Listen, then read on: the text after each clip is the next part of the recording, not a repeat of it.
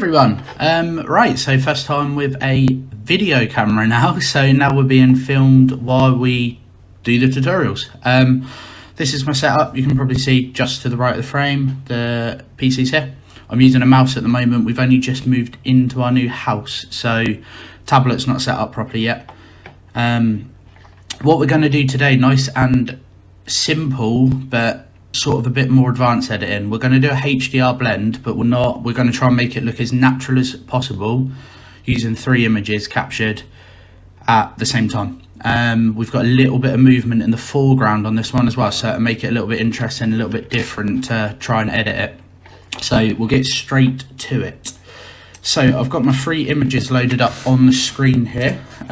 We'll click these and open them up. I already know these work. I have test run this just to see how it goes. What we're going to do, once they're selected, you press Control and click the images you want. So we'll go click, click and click. That pulls up the 3 images. You then right click any of the images, photo merge, HDR. That will then pull up this dialog. You can, so ghost amount, I'd say none. So you don't want to try and de-ghost these flowers because we're going to leave the movement in the flowers if possible. The lupines look really nice with a bit of movement. I usually tick auto settings off. So what will happen if you were to do auto settings on, this would automatically adjust your develop tab when you press photo merge. But what we're going to do is we're going to do that ourselves. All we're trying to do at the moment is pull the dynamic range of all 3 images into one raw file as such. It won't be raw, it will be DNG, but it's as close. So when we've done this, we don't want to stack it. All we're doing is deghost none, auto align. Then we're going to merge. We'll give that a few seconds. This will now pull up a separate file, so we'll end up with 4 pictures in the bottom right left corner. When it loads, it'll take a few seconds. So there we go, we have the 4th image. It looks very overexposed, it doesn't look very good. Sorry, it's this one. So these were our 3 original files, so that's what they look like, and this is our 4th here. So at the moment it doesn't look too different. We've got a nice little bit of detail extra, but the first thing you should be able to notice, if we were to go on this picture, your histogram is to the left. Then we've got here, we've got a bit more detail here and a bit to the right, and then on this one we've got the data through here. And when we click the photo merged image, I'm going to move that to the end for ease, like so. So when we click the photo merge, all of the data is there, so the data from the extra images. Now, when we go to the develop tab, we can now adjust these extra levels that we've got in the image.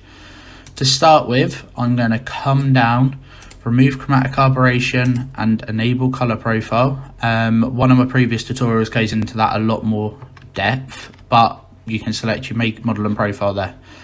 That will get rid of any barrel distortion, so that gets rid of that. Then we are going to come up and adjust our settings. So going to go to cloudy white balance just to add that nice little orange tone. Pull the highlights down, pull the weight down, drop the exposure slightly so we've got all the data back here. We've got no real clipping on the blacks, a tiny little bit at the moment, but we're going to pull our shadows up, blacks up, and we're going to just add some contrast in there. Okay. Now we'll use a graduation filter. We'll hold shift and drag down. So we've got a nice soft grad filter there. We can see where it applies to. So nice. We're gonna just reset that and add a little bit more orange into the sky. So a little bit more of a sunset look and a little bit of magenta in there. Like so. I'm also, just for the sake of the tree, I'm just going to pull some of the shadows back. Just so we got the shadows back in the tree there. So got a little bit back to what we were originally, and then we're going to do our foreground. So I'm going to drag up here, we're going to reset that. In previous videos I have mentioned that I keep my exposure up on grad so I can see where the selection is nice and easy without hovering over here. Then we're going to add our nice little bit of orange and magenta into the foreground, and we're going to pump our shadows a tiny little bit and a contrast. So now we've got no clipping and we have this here. So why did we do that? As you can see from that took all of a couple of minutes. I haven't got a live time of how long it actually took.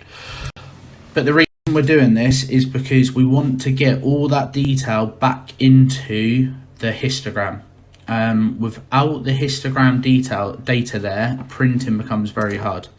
So as you can see, you're going to get little bits that look awful here. We can spend, that's because of the auto align. I will do a detailed video on how to pull those separately, but if you've got an image that has no movement in it, that would be absolutely spot on. Now we're going to go back to the one that I would edit normally, and we're going to apply the same settings. So press previous, because that was the last one. Now we're going to look at these two side by side. So we've got them here. The difference being, in this one we have all the data pushed, but here we have a fraction more through the gamma channels, which means when we come to print we'll get a better colour out of this one. And like I say, with the movement in the foreground it's not ideal, but we can pull that back. We're not going to do that today, that's a little bit more complicated. I will, however, pull up another image just from the same day. Let's just pull it up. Got some nice eagle shots here. Let's just pull it up, wait for it to load.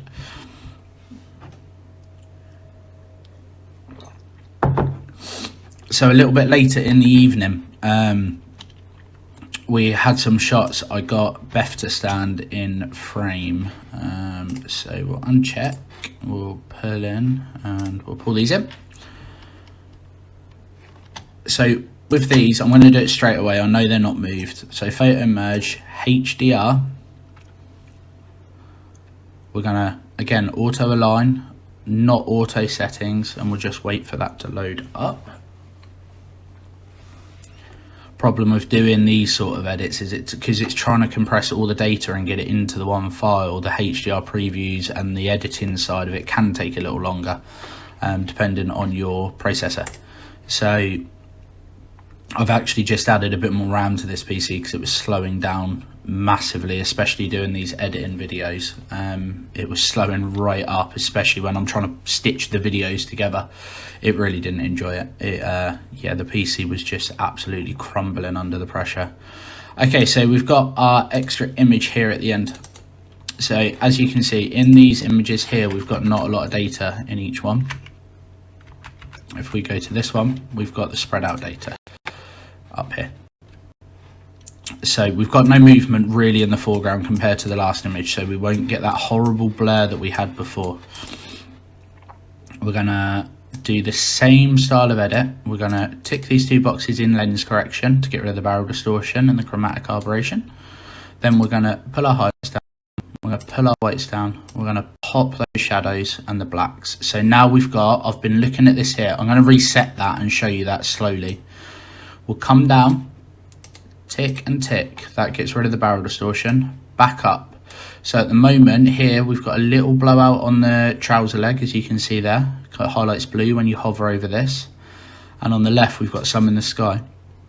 To get rid of that, we can hover over, and underneath here you can see it says whites. So highlights and whites we're going to pull down, so that immediately eliminates that bit of clipping above the sun. Then here, if we hover over, it says blacks and shadows underneath where my cursor is now. So we're going to pull those up. Then that will get rid of the clipping here. Then when we add the contrast, it will spread it until we're happy that there's still no clipping. We've got a little bit there, so we'll come back in. And then we'll just fine tune our white balance a little bit. I mean, if we went straight to cloudy, that actually gives us a lovely colour there. There's a tiny bit of blowout on the sun, especially after you add the cloud. So we'll just pull that back down there. Nice and simple.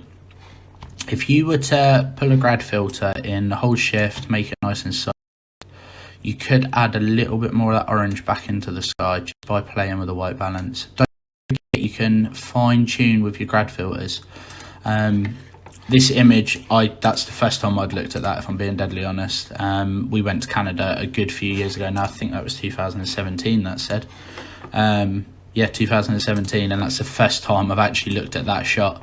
When it comes to your noise reduction, when you're doing these HDRs, you do tend to get a bit of noise, but the idea is, if we were to, on this original one, the dark one down the bottom, if we were to pull this up, you can see how much noise that adds. Yeah, so getting it the same sort of color, we'll try and mimic it. So that's around what we've got.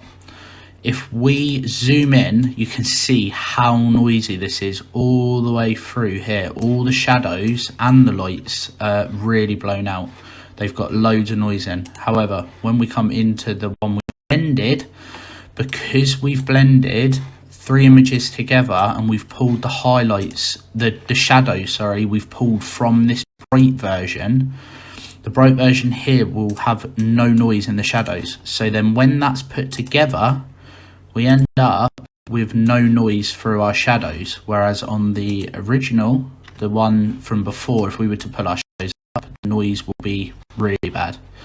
So again, when coming to print, that is such a good way to get, when you've got to think of that when you shoot the image. So you want to look at your exposures here. If you look top right, I'll flick through them. So we've got F11 320 seconds. So then we come here, we've got 80th of a second. Then we come down again and we've got 20th of a second. So each time I'm adjusting by around 1 stop. That's not a good example, I didn't reset. So here it's extremely dark, but this is to pull all this back here. Then the second one is for all your midtones, all through the middle, all these sort of mid-range colours. And then this one here is for the shadows. It works in reverse of what you're thinking. So your lightest image is for your shadows and your darkest image is for the highlights. And when blended together, it creates this, meaning we get no noise. So that's a quick recap on how that works. I know he's been watching a couple of videos. There's a nice little Gary Randall print to my left. I actually put that up just because we've now got a video camera set up. So I've popped that up there just so it looks nice and fresh in the new flat. If you've got any questions, let me know. But like I say, I don't know, we must have been editing for a few minutes. It's not been long. We've got 2 final images that would in fact be absolutely perfect for uploading. This one definitely printable. This one, like I said, it would need a little bit of work through here, which you could do in Photoshop by blending them manually. I will do a Photoshop video over the weekend on manual blending, so that'll be an interesting one because you'll see the difference in this image to the one before. I'll save this one, and then that means that when we come back to look at them side by side, you'll see the difference on if you stitch 2 images together manually and if you use Lightroom's HDR blend. So 2 totally different techniques that have different outcomes, and I will go into that, but I don't want to make this video too long so you guys get bored. If anyone's wondering, that is a sock over the microphone just to sort of dampen some noise, but it works really well. So this is all new to me. Pop in the comments what you want to see. Let me know how you're finding the video so far. I know there's a few more people on here than I ever expected, to be fair. On the right hand side you can now press subscribe, and on the left the next video will pop up for you. I hope you've all enjoyed it. Let me know which image you prefer out of the 2. Cheers for watching.